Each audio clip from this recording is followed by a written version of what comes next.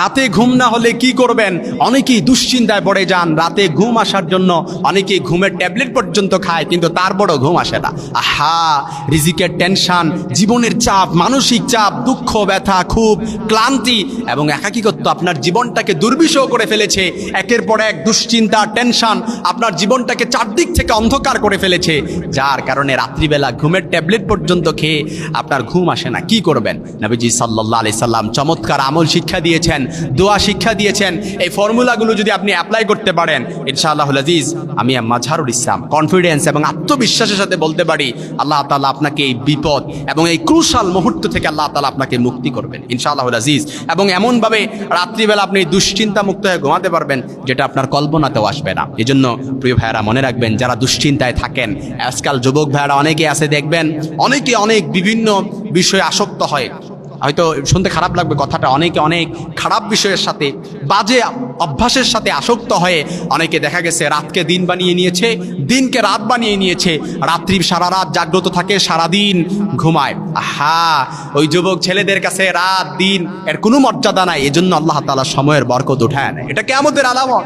কিয়ামতের আগে রাতকে দিন বানিয়ে নেওয়া হবে, দিনকে রাত বানিয়ে নেওয়া হবে, সময়ের বরকত আল্লাহ তাআলা উঠায় নেবে। আজকে দেখেন না, কখন এক সপ্তাহের পর এক সপ্তাহ চলে আসে, যেন চোখের পলকে চলে আসে। মাস চোখের পলকে শেষ হয়ে যায়, বছর চোখের পলকে শেষ হয়ে যায়। আহা, এজন্য মনে রাখবেন, এই সময়ের কদর এবং আল্লাহর প্রত্যেকটা নিয়ামতের মর্যাদা যদি না করতে পারেন, আল্লাহ তাআলা সব কিছু থেকে বরকত উঠায় নেবে। আমরা সেদিকে যেতে চাই না। নবীজি সাল্লাল্লাহু আলাইহি সাল্লাম নির্ঘুম সময়ে, রাতের নির্ঘুম সময়ের জন্য একটি চমৎকার দোয়া শিক্ষা দিয়েছেন।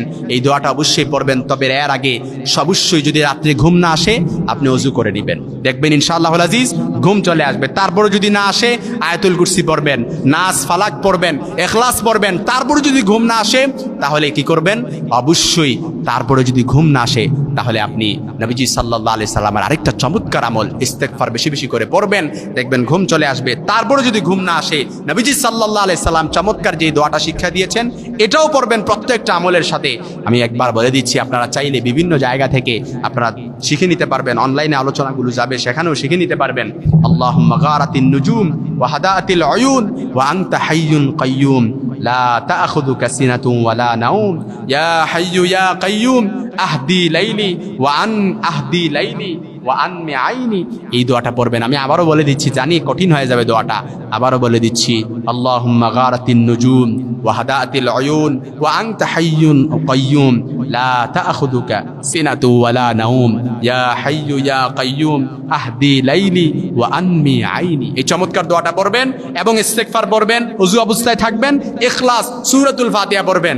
আর সে সকল যুবক ভাইদেরকে বলতে চাই, যারা বাজে নেশায় আসক্ত, খারাপ অভ্যাসে যারা আসক্ত হয়ে আছো, তোমাদেরকে আমি একটু স্মরণ করিয়ে দিতে চাই। তোমার মতো কত তাগড়া নওজোয়ান দেখো, আজকে একটু তাকায় দেখো এদিক সেদিক, প্রিন্ট মিডিয়া থেকে শুরু করে ইলেকট্রনিক মিডিয়ায়, বিভিন্ন জায়গায় নিউজ পোর্টাল পড়ো, দেখো অনেক যুবক সে গতকালের দিনটাও নিজের জন্য মনে করেছিল, আজকে কবরের বাসিন্দা হয়ে গেছে। নিজের জীবনটাকে, আজকেও নিজের জীবনটাকে নিজের জন্য মনে করেছিল, কিন্তু একটু পরে দেখেও কবরের বাসিন্দা হয়ে গেছে। আহা, কত স্বপ্ন বুনেছিল, কত স্বপ্ন দেখেছিল, কিন্তু আজ সব মলিন হয়ে গেছে। আল্লাহ তাআলা আমাদের সকলকে সেই সমাজ দান করুক। আমার যুবক ভাইদেরকে নিজের চরিত্রের জিম্মাদারি নিয়ে, আমানতদারি নিয়ে আল্লাহ তাআলা কাছে যেন উঠতে পারি, আল্লাহ তাআলা সেই সমাজ দান করুক। আল্লাহুম্মা আমিন। হাদা মা ইনদি ওয়াল ইলমু ইনদাল্লাহ আলাইহি তাওয়াক্কালতু ইলাইহি উনীব। ওয়াসসালামু আলাইকুম ওয়া রাহমাতুল্লাহ। কোরআন থেকে বিশ্বনবী আমাদেরকে জানান, ফালা তা'লামু নাফসুম মা উখফিয়া লাহুম মিন কুররাতি আ'য়ুন জাযাআম বিমা কানু ইয়া'মালুন। মানুষের কর্মের প্রতিফল হিসেবে কত চমৎকার জান্নাত রব্বুল আলামিন নাজ নেয়ামত দিয়ে পরিপূর্ণ করে আমাদের জন্য প্রস্তুত করে রেখেছেন। পৃথিবীর কোনো মানুষ সেটা জানে না। পড়েন সুবহানাল্লাহ। এটা যে কত সুন্দর, আমাদের আমলের প্রতিদান হিসেবে কত চমৎকার, fantastic, eye catching, fabulous paradise তিনি আমাদের জন্য রেডি করে রেখেছেন। এটা কেউ জানেই না, কল্পনাতেও আনতে পারে না। সুবহানাল্লাহ পড়েন।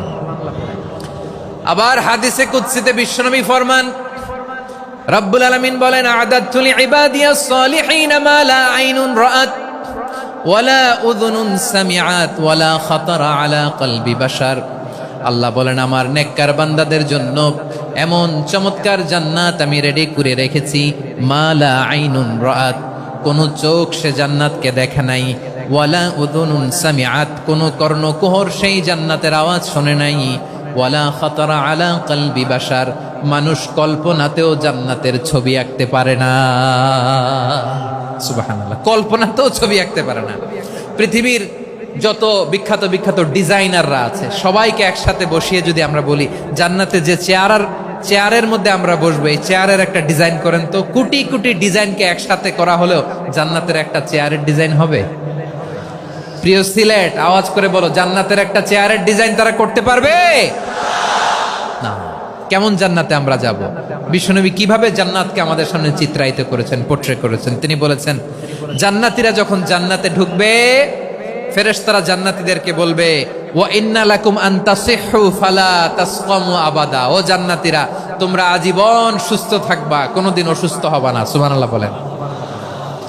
আচ্ছা, আজকের এই মাহফিলে যারা এসেছেন কোনোদিন অসুস্থ হন না, এরকম কে কে আছেন? হাত তোলেন তো দেখি। ওই যে হাত তুলছে, পাওয়া গেছে, চিরসুস্থ। তোমরা কোনোদিন অসুস্থ হও নাই? অসুস্থ হও নাই? তা তুমি আর জান্নাতে যে কি করবা? তুমি তো জান্নাতেই আছো তাইলে। ফেরেশতারা বলবে, ওয়া ইন্না লাকুম আন তাসিহু ফালা তাসকামু আবাদা, এটা এমন জান্নাত চিরকাল সুস্থ থাকবা, কোনোদিন অসুস্থ হবা না। সুবহানাল্লাহ বলেন। ওয়া ইন্না লাকুম আন তাহইয়াউ ফালা তামুতু আবাদা, তোমরা অমর হবা, মৃত্যু তোমাদের স্পর্শ করবে না। সুবহানাল্লাহ। অমর হওয়ার জন্য আমরা কত কিছু করি। জান্নাতে গেলে অমর হওয়া যাবে, ঠিক কিনা বলেন? তোমরা চিরকাল বেঁচে থাকবা, তোমরা আর মরবা না। ওয়া ইন্না লাকুম আন তাশিব্বু ফালা তাহরামু আবাদা, তোমরা চির যুবক থাকবা, আর বার্ধক্য তোমাদের স্পর্শ করবে না। সুবহানাল্লাহ বলেন।